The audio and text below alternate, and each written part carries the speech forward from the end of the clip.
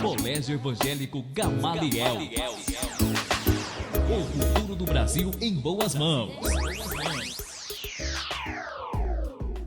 Olá, alunos do quinto ano. Nossa aula de hoje de ciência está na página 491 a 495, onde vamos falar sobre os materiais de passagem de luz, vamos falar sobre petróleo, gás natural e os combustíveis.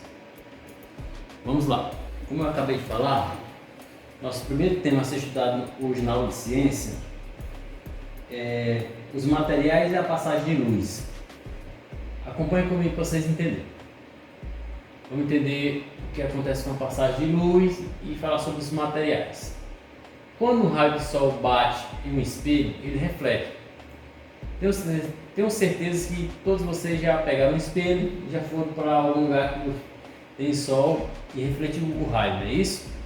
O raio que chega ao espelho é o raio incidente. O raio que reflete é o raio refletido. Lembre disso. O raio que chega ao espelho é raio incidente. O raio que reflete é o raio refletido. O nome já é bem específico. Incidente é que chega ao espelho. Refletido é que o espelho reflete. Ok? O espelho é feito de um material refletor. Ó, então se eu perguntar para vocês o que é feito o espelho, você vai dizer que ele é feito de um material refletor. Porém, nem sempre a luz se comporta dessa maneira. Quando a luz que se desloca atinge um objeto, há três situações. Olha o que acontece. Acontece três situações. O que pode ocorrer nessas três situações? Ó, mas primeiro eu vou bem aqui para vocês entenderem como é que é o processo do raio incidente e o raio refletido. Aqui o que acontece quando o raio chega ao espelho, ó, chamado de raio incidente. Quando ele passa pelo ponto de incidência, ele é o que? Acontece que passa a ser raio refletido, que a base é um espelho. Aí nós temos aqui a divisão do espelho, que é o ponto de incidência. O raio atingiu, é raio incidente. Raio passou, raio refletido. Vamos lá. No primeiro processo, ó, observe o que aconteceu. A luz atravessou o objeto, só isso, ó. No primeiro exemplo aqui, ó, a luz apenas ultrapassou o objeto, ou como é conhecido, atravessou o objeto. No segundo, a luz foi absorvida pelo objeto, ó. Observe que ela não passou, ela foi absorvida. Mas nós vamos já entender esse passo a passo, que precisa entender porque para acontecer esses três processos, existe um tipo de material. Vocês vão já entender por que acontece esses três processos. A luz atravessa no processo 1, no processo 2 ela é absorvida e no 3 ela é refletida. Observe, espero que vocês tenham observado isso. Agora vamos entender o que acontece com a luz dependendo do tipo de material que ela atinge ou incide, né? Vamos lá, no primeiro, para vocês entenderem, materiais opacos. Os raios da luz, ó, não deixam passar os raios. Então, ó, o que é que diz sobre os materiais opacos? Não deixam passar a luz e por isso não é possível ver através dele. Há os que refletem a luz, como metais, e os que absorvem a luz, como a madeira. Ó, a madeira, o que foi que aconteceu? O material opaco ele pode absorver e outros pode o que? Refletir, né? No caso dos metais, que reflete esse raio, e a madeira absorve. Agora vamos para os materiais translúcidos. Ó, a luz atravessou. Não podemos enxergar com nitidez através dele porque os raios luminosos passam em trajetórias irregulares. Observaram que os raios não estão em trajetória regular? Do jeito que ele atinge, ele sai do outro lado, ó. Ele não sai na mesma direção que ele inicia. Então, não é possível enxergar com nitidez através dele porque os raios luminosos passam em trajetórias irregulares. Ele não passa em trajetórias regulares. Exemplo: papel vegetal, vidro, fosco. Alguns vidros utilizam utilizado em box de banheiro, é chamado natural fosco. O raio não passa nele completamente. Por quê? Porque ele é um material translúcido. Esse material translúcido, a trajetória dos raios são irregular. E agora vamos para os materiais transparentes. Aí sim, permite a passagem da luz em linha reta e assim podemos ver os objetos através dele. Exemplo, o vidro, o ar, a água limpa, né? Se você observar na água, você vai ver sua imagem na água limpa, né? E etc. Então espero que vocês não tenham dúvida sobre os tipos de materiais que a luz atinge. A luz atingir esses materiais, acontece, a trajetória dos raios muda, outro não ultrapassa e uns ultrapassam perfeitamente. Vamos lá para o próximo passo. Fonte de luz. A fonte de luz do nosso planeta, quem é? Isso é muito fácil. A fonte de luz do nosso planeta é o Sol. Sendo uma estrela, ele emite radiações geradas por reações nucleares que acontecem em seu núcleo. Ó. Fonte de luz do nosso planeta é o Sol. Sendo ele o quê? Uma estrela. Ele emite radiações geradas por reações nucleares que acontecem em seu núcleo. Então, o Sol manda luz para a Terra, não é isso? As radiações solares são de vários comprimentos de onda, ou então, melhor, as radiações solares são de vários comprimentos de ondas, mas nós só vemos uma parte dessas radiações, as que formam as cores do arco-íris. Realmente, eu espero que todos já tenham observado no céu um arco-íris, né? Juntas formam a luz branca, visível. Não vemos as radiações infravermelhas e as ultravioletas. Nós não conseguimos ver a infravermelha e as ultravioletas. A vela e o fósforo emite luz produzida pela combustão e a lâmpada emite luz do aquecimento do filamento por ondas e passa energia elétrica. No sistema solar, o Sol é o único astro que emite luz. Lembra disso? No sistema solar, o Sol é o único astro que emite luz, mas na Via Láctea, onde está a Terra, os demais planetas e o próprio Sol, existem muitas outras estrelas que emitem radiações. Lembrem disso. Existem muitas outras estrelas que emitem radiações. Não esqueçam disso, tá bom? Então, voltamos aqui, para ficar melhor para vocês, vou tentar explicar novamente. Um tipo de luz. A vela e o fósforo emitem luz produzida pela combustão e a lâmpada emite luz do aquecimento do filamento por onde passa a energia elétrica. Então, quem é que produz energia elétrica para emitir essa luz? As hidrelétricas. E hoje nós temos vários tipos de produção de energia que mais na frente nós vamos entender um pouco. E no sistema solar, o Sol é o único astro que emite luz. Lembra disso? No sistema solar, o único astro que emite luz é quem? O Sol. Mas na Via Láctea, onde está a Terra, os demais planetas e o próprio Sol, existem muitas outras estrelas que emitem radiações. Vamos lá. Vamos falar agora sobre os materiais combustíveis. A matéria combustível é aquela que recebendo o calor inicial tem a propriedade de reagir com o oxigênio do ar e entrar em combustão. Nessa reação, a liberação da energia contida na matéria combustível de gás carbono. Vou dar um exemplo aqui. Jamais na casa de vocês deixem alguma válvula do fogão de vocês ligado, porque ao vocês tocar o interruptor da lâmpada vai gerar uma combustão e pode causar um incêndio. Então explique para a mãe de vocês: mãe, pai, não deixem o botijão ligado, nem que as bocas estejam lacradas, mas o botijão também tem que estar desligado.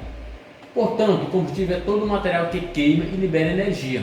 É chamado de que, portanto, combustível é todo material que queima e libera energia. Comburente é a substância que alimenta a combustão. Dentro dos combustíveis nós temos comburente, que é o que? É a substância que alimenta a combustão. Ele é quem faz o chamado calor inicial. E o calor inicial, que pode ser a chama de um fósforo e o calor que inicia a combustão. Então o comburente faz parte desse calor inicial. A madeira, o álcool, a gasolina, o óleo diesel, o querosene e o gás de cozinha são exemplos de materiais de combustível. Como eu falei agora sobre o exemplo de não deixar a boca do do fogão ligado, tem que ficar sempre desligado, tem que ficar atento. E ao chegar em casa, não chega acelerando, abra todos os ambientes para depois você verificar se tiver com um mau cheiro de gás. Então nós temos aqui um exemplo, ó, o avião. Que combustível vai no avião? É o querosene, não esqueçam disso. O combustível que faz com que as aeronaves decolam o voo é o querosene. E a gasolina, nós temos lá direito aqui o exemplo, ó, um monte de veículo aqui numa marginal. Marginal, gente, é via de com muitos carros, com frequência, que tem dividido por faixa. A gasolina é um tipo de combustível para quem? Para carros. Então aqui ficou bem especificado. Querosene é usado em aviões, gasolina usada em carros e motos também, tá bom? Vamos lá. Carvão mineral. Carvão mineral é um combustível fóssil formado pelos soterramentos de floresta que existiram há milhares de anos. Uma vez soterrados por grandes camadas de sedimentos, as árvores lentamente petrificam e formam o carvão mineral. Esse carvão é extraído do subsolo. Ó. Nós temos aqui, ó, a máquina, espero que vocês consigam ver, mas no livro de vocês está aí. A extração desse carvão, ó, a céu aberto aqui, ó, que geralmente deve ser na mineradora, extraindo o carvão, esse carvão mineral. Vamos lá. Aqui, ó, vamos falar agora que movimenta a economia de vários países no mundo. Petróleo. Vamos entender o que é petróleo. Petróleo, turma, é o líquido escuro e grosso. Ó, para que ele serve? Para ser aproveitado, precisa ser o que, ó? Para que serve e para que serve? Nós podemos, onde devemos aproveitar? Ele precisa ser retirado do subsolo, dos continentes e dos oceanos, ó. Então, se eu perguntar para vocês onde é que é retirado o petróleo, vocês vão dizer que é retirado no subsolo, dos continentes e dos oceanos. Em ambos os casos, para extrair o solo deve ser perfurado até o local do depósito. Vocês lembram lá na geografia sobre indústria, vocês viram lá as máquinas perfurando poços, ali são para cavar petróleo. O petróleo então é retirado por meio de canos e bombas até a superfície.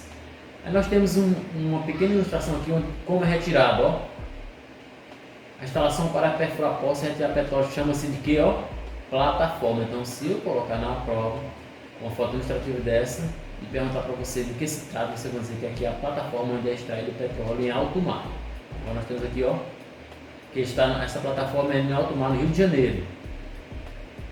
Vamos entender mais. No Brasil, a maioria das reservas está no subsolo do oceano, a centenas de quilômetros da costa. Por isso, a plataforma de extração encontra-se em alto mar. Elas são flutuantes e ficam presas ao fundo do mar por meio de âncoras. Ó, como é que essas plataformas ficam presas ao fundo do mar? Por meio de âncora, pesos. E no Brasil, lembrando também que a gente está dizendo que no Brasil a extração do petróleo é feita aonde? No subsolo dos oceanos. Então, no Brasil, o petróleo é encontrado no mar e é extraído através de plataformas, tá bom? Depois de extraído do subsolo, para ser aproveitado, o petróleo passa por uma série de transformação.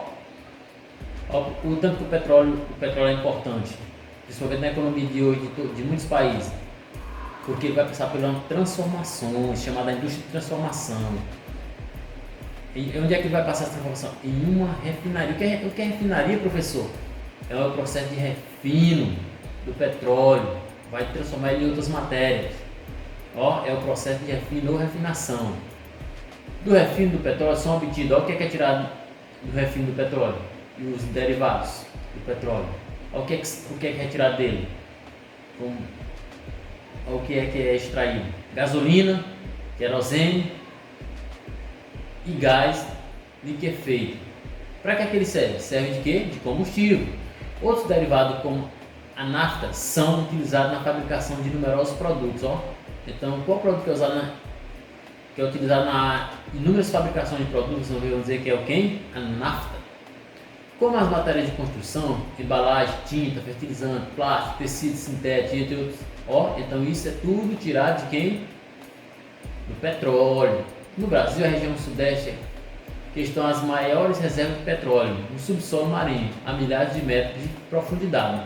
Elas estão localizadas na costa do estado do Rio de Janeiro, Espírito Santo e São Paulo. Então, se eu perguntar para vocês onde é que está localizada a maioria da reserva de petróleo do Brasil, vocês vão dizer que está localizada em 3 estados: Quais são? Rio de Janeiro, Espírito Santo e São Paulo. Uma grande área com petróleo chama-se de quê? Bacia. Então, se eu perguntar para vocês, como é chamada uma grande área de petróleo? Você vai dizer, professor, é chamada de bacia. A bacia de Campos está, no Rio de Janeiro, no litoral de Janeiro, uma das maiores produtoras de petróleo do Brasil. Então, eu não lembro para vocês, se eu perguntar. Me dê um exemplo sobre um dos maiores produtores de petróleo do Brasil. Vocês vão dizer que é quem? A bacia de Campos. O professor está no estado do Rio de Janeiro. Vamos entender mais um pouquinho. Uma das maiores bacias de petróleo do Brasil se localiza em centenas de quilômetros do litoral do estado de São Paulo. Chama-se Bacia de Santos. E o petróleo dessa área situa-se a milhares de metros de profundidade, abaixo de uma camada de sal, por isso a área é chamada de quê? De pré-sal. Então, o pré-sal hoje está localizado nessa Bacia de Santos. A camada do pré-sal é uma faixa que se estende ao longo de, 800 quilômetros entre os estados do Espírito Santo e Santa Catarina. Então, se eu perguntar para vocês, a faixa do pré-sal começa onde, vocês dizer? Começa no estado do Espírito Santo e termina em Santa Catarina. Ainda diz assim, abaixo do leito do mar. E engloba 3 bacias. Quais são essas 3 bacias? A no estado do Espírito Santo, a de Campos, no Rio de Janeiro, e a de Santos, em São Paulo. Vamos lá. O petróleo é encontrado nesta área e está na profundidade que supera os 7.000 metros abaixo de uma extensa camada de sal, que segundo o geólogo conserva a qualidade do petróleo. Então, o que é que faz com esse petróleo ficar com qualidade? Essa extensa camada de sal faz com que ele fique com uma qualidade melhor. E lembrando vocês que esse pré-sal é alvo de várias empresas de outros países que querem comprar nosso petróleo, porque nosso petróleo é de muita qualidade. O gás natural. O gás natural é um combustível fóssil. O gás natural é um combustível fóssil. Assim como o petróleo, é encontrado entre rochas e em áreas profundas da Terra. Isso é o gás natural. É encontrado onde? Em rochas e em áreas profundas da Terra.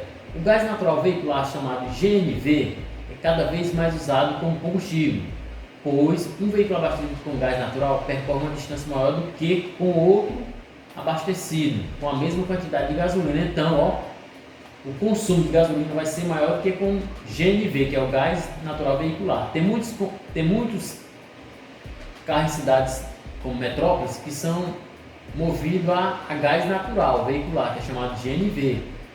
Em nossa cidade, em Colônia Burguéria, nós não temos posto com esse tipo de gás, porque nós não temos carro adaptado para esse tipo de combustível e que gera maior economia. Então, lembrando que o gás GNV é mais econômico do que a gasolina, que outro combustível. Outra vantagem do gás natural é que sua combustão libera menos gás carbônico e outro resíduo, sendo portanto menos poluente. Então, o gás natural ele é menos poluente do que os outros combustíveis. Vamos lá.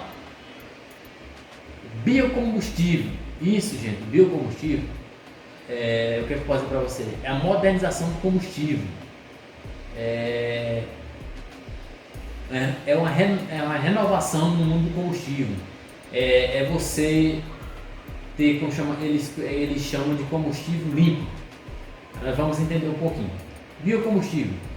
Uma alternativa aos combustíveis fósseis como petróleo e gás natural, os biocombustíveis representa uma opção de fonte de energia renovável e menos poluente. Então ele é mais do que, gente? Espero que vocês tenham entendido. Ele é mais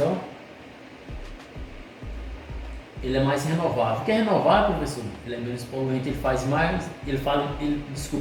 menos mal ao meio ambiente e a nós seres humanos, tá bom?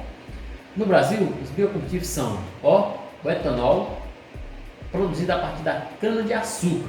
Então, de onde é que é tirado o etanol? Da cana-de-açúcar.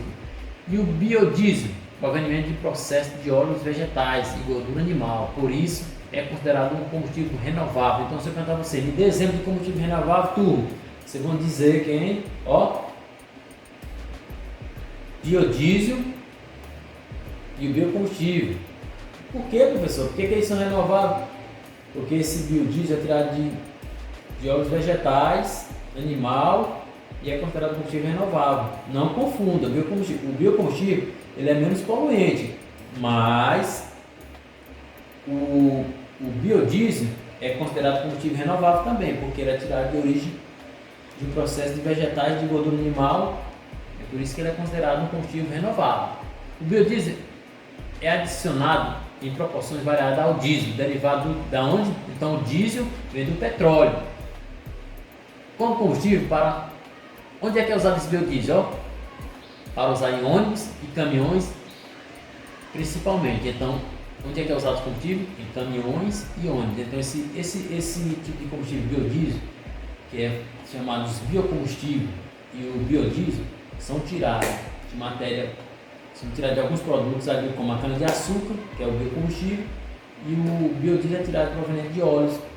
Inclusive, pertinho da gente, de Colombiana, teve um projeto chamado na Fazenda Santa Clara, onde eles queriam produzir o biodiesel através da semente da mamona, era extraído o óleo e assim era considerada uma fonte renovável de combustível, mas infelizmente o processo não foi para frente e assim fechou as portas. Aqui fica o meu abraço. Dentre as páginas 491 a 495 tem umas atividades. Façam essas atividades que ao retornarmos estaremos fazendo a correção de tudo.